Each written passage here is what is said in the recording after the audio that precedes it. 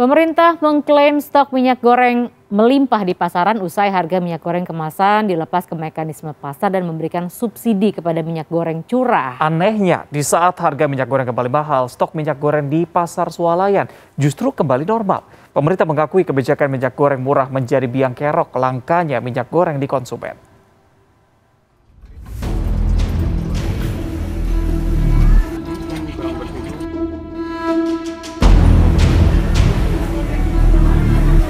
Minyak goreng stoknya melimpah.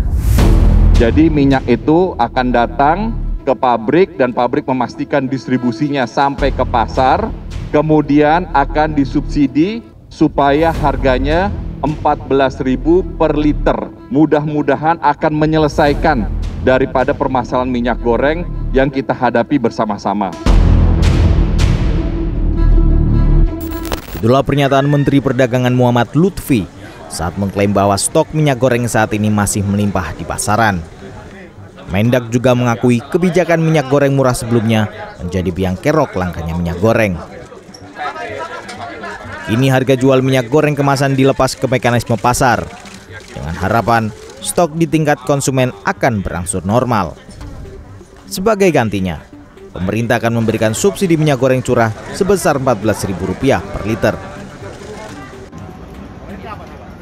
Ironisnya, saat minyak goreng kemasan masih langka dan harganya naik di pasaran, sebuah peti kemas berisi 1.000 lebih karton minyak goreng kemasan yang siap ekspor ditemukan di dermaga Pelabuhan Tanjung Priuk, Jakarta Utara, Kamis petang. Temuan ini merupakan lanjutan dari penyelidikan oleh Kejaksaan Tinggi DKI Jakarta terkait kasus dugaan mafia minyak goreng yang melibatkan 3 perusahaan. Dari temuan kejaksaan, terdapat 1.835 karton minyak goreng kemasan merek tertentu yang siap diekspor. Beberapa hari yang lalu, minyak goreng tersebut sudah diekspor ke beberapa negara, salah satunya ke Hong Kong, yang mengakibatkan terjadinya kelangkaan minyak goreng di tanah air. Sulitnya mendapatkan stok minyak goreng kemasan masih dikeluhkan para pedagang dan pembeli di pasar tradisional seperti di pasar tradisional Gresik, Jawa Timur. Para pedagang di pasar ini rata-rata hanya menjual minyak goreng curah yang dikemas menggunakan botol air mineral berukuran 1 liter hingga 1,5 liter. Sementara di pasar tradisional Jatinegara, Jakarta Timur, para pedagang tak hanya mengeluh kelangkaan stok minyak goreng kemasan, tapi mereka juga mengeluhkan tingginya harga minyak goreng curah. Kini harga minyak goreng curah di pasar tradisional Jatinegara dijual seharga Rp20.000 per kilogram. Pedagang mengaku terpaksa menjual dengan harga tinggi lantaran harga beli di agen cukup mahal. Nggak ada, salesnya nggak ada datang. Tapi udah mesen, Mak? Udah.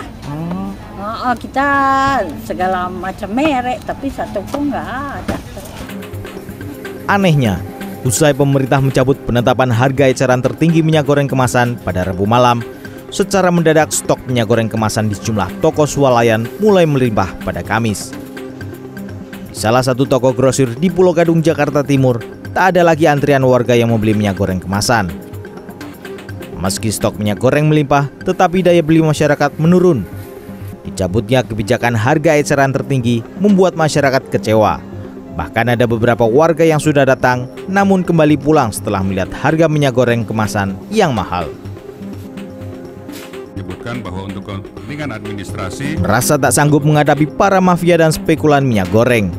Di hadapan Komisi 6 DPR RI, Menteri Perdagangan meminta maaf karena belum bisa mengatasi permasalahan minyak goreng yang dihadapi masyarakat. Bapak pimpinan, Bapak dan Ibu yang saya hormati, Kementerian Perdagangan tidak bisa melawan penyimpangan tersebut.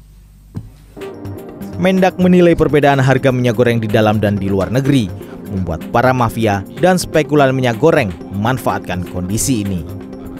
Tim Liputan CNN Indonesia.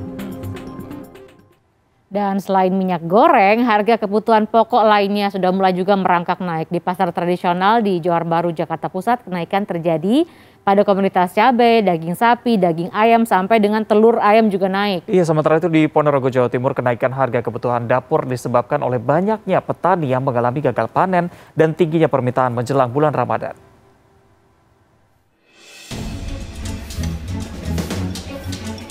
Harga sejumlah kebutuhan pokok mulai merangkak naik jelang bulan Ramadan. Di pasar tradisional Johar Baru, Jakarta Pusat, komoditas cabai rawit yang biasa dijual Rp30.000 naik menjadi Rp50.000. Sementara cabai merah keriting naik dari harga Rp25.000 menjadi Rp42.000 per kilogram. Selain komoditas cabai, kenaikan juga terjadi pada komoditas lainnya, seperti daging ayam yang biasa per kilonya dijual seharga Rp35.000, kini naik menjadi Rp38.000 per kilogram. Tak hanya daging ayam, daging sapi pun mengalami kenaikan dari harga Rp120.000 per kilogram menjadi Rp140 hingga Rp150.000 per kilogram. Tak mau kalah, harga telur ayam pun ikut naik dari Rp20.000 menjadi Rp25.000 per kilogram. Di Pasar Legi, Ponorogo, Jawa Timur, harga bumbu dapur mengalami kenaikan harga. Salah satunya harga bawang putih. Dari semula di kisaran Rp18.000, kini menjadi Rp25.000 per kilogram. Selain itu, harga cabai rawit yang semula Rp30.000, kini tembus hingga Rp50.000 per kilogramnya.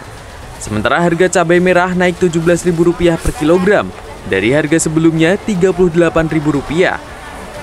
Sedangkan harga bawang merah naik Rp10.000 dari semula Rp25.000 menjadi Rp35.000 per kilogramnya. Kenaikan harga ini membuat pembeli harus memutar otak untuk membelanjakan uangnya.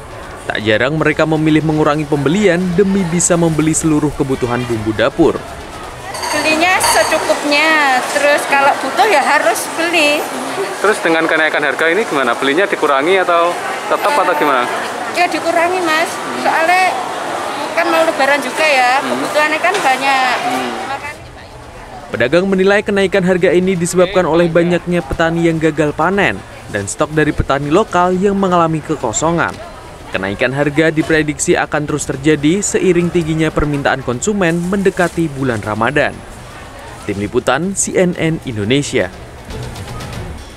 Informasi berikutnya, menjelang bulan suci Ramadan tepat di tanggal 15 bulan Sya'ban, umat muslim di tanah air menjalankan ibadah nisfu Sya'ban. Di Situbondo, warga melakukan tradisi penghapusan dosa dan bersilaturahmi yang ditutup dengan ngalap berkah nasi kabuli khas Madura yang biasa disebut nasi sekul. Dan di Depok, ratusan warga juga mendatangi masjid untuk melaksanakan malam nisfu Sya'ban, dan dalam kegiatan itu umat muslim membaca surat Yasin sebanyak 3 kali. Inilah nasi sekul khas warga Perante Asam Bagus Situbondo yang disajikan saat merayakan malam nisfu Sya'ban pada Kamis malam. Tidak ada kemewahan dalam sajian ini. Nasi ini hanya berisi tempe goreng, sabur kelapa atau disebut warga sekul, sambal, dan sepotong telur. Nasi ini yang ditunggu-tunggu setiap 1 tahun sekali. Betul, sebagai santri. Nasi apa ini namanya? Nasi ini bernama nasi sekul. Untuk menyajikan nasi barokah nisfu Sya'ban ini, para ibu-ibu di sekitar masjid bergotong royong membuatnya. Nasi ini hanya boleh disajikan dalam piring seng atau tembaga. Sajian ini selalu dinanti warga dan para santri di kampung ini karena hanya 1 kali dalam setahun. Usai sholat Isya dan membaca surat Yasin 3 kali, mereka pun langsung berebut menyantap nasi nisfu Sya'ban ini. Malam 15 bulan Sya'ban atau malam nisfu Sya'ban ini juga dikenal oleh warga sebagai tradisi tutup buku dosa menyambut bulan Ramadan. Seperti biasa, nasi sekul sama telur. Itu ngalap berkah apa ya? Supaya umur kesehatan walafiat, untuk beriman.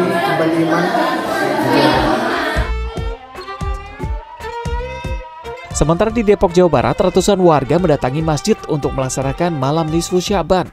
Warga di Beji, Depok ini mengisi kegiatan malam nisfu Sya'ban dengan membaca surat Yasin sebanyak 3 kali secara berulang.